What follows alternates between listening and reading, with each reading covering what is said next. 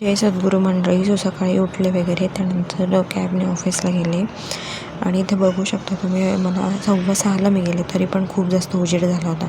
त्यानंतर मी आज नाश्त्यामध्ये मस्तपैकी रवा केला तिखट आणि सोबत चिक्कू खाल्ला. त्यानंतर घरी येण्यासाठी निघाले तर फुल पावसाचं वातावरण झालेलं होतं. सो मी बरं झालं की थोडं आधीच घरी पोहोचून गेले. त्यानंतर एवढं ढग भरून आले होते की विचारू नका, म्हणजे एकदम फुल आता जोरात पाऊस येणार होता असे वाईब होते. सो मी काही आज ब्रेक वगैरे काही घेतला नाही. मस्त वातावरण छान होतं तर गॅलरीत बसले तर बघू शकता इथे पाऊस पण खूप जास्त पडला पुण्यामध्ये आज. आणि इथे तुम्हाला जर मी दाखवलं ना की आता वेदर कसं आहे आपलं 2-4 दिवसाचं, तो तुम्हाला इथे पुढे फोटोमध्ये कळेलच की आता कसं वेदर राहणार आहे थोडे दिवस. म्हणजे की आहेच, भरपूर दिवस आपल्याला पाऊस सांगितलाच आहे. सो त्यानंतर इथे बघू शकता खूप म्हणजे विजा वगैरे पण चमकल्या, पण वातावरण थंड झालं पूर्ण आणि मस्त निवांत वाटते आता जरा, की ऊन कमी झालं म्हणजे उष्णता कमी झाली. त्यानंतर मी योगा मॅटसाठी ना एक बॅग मागवली.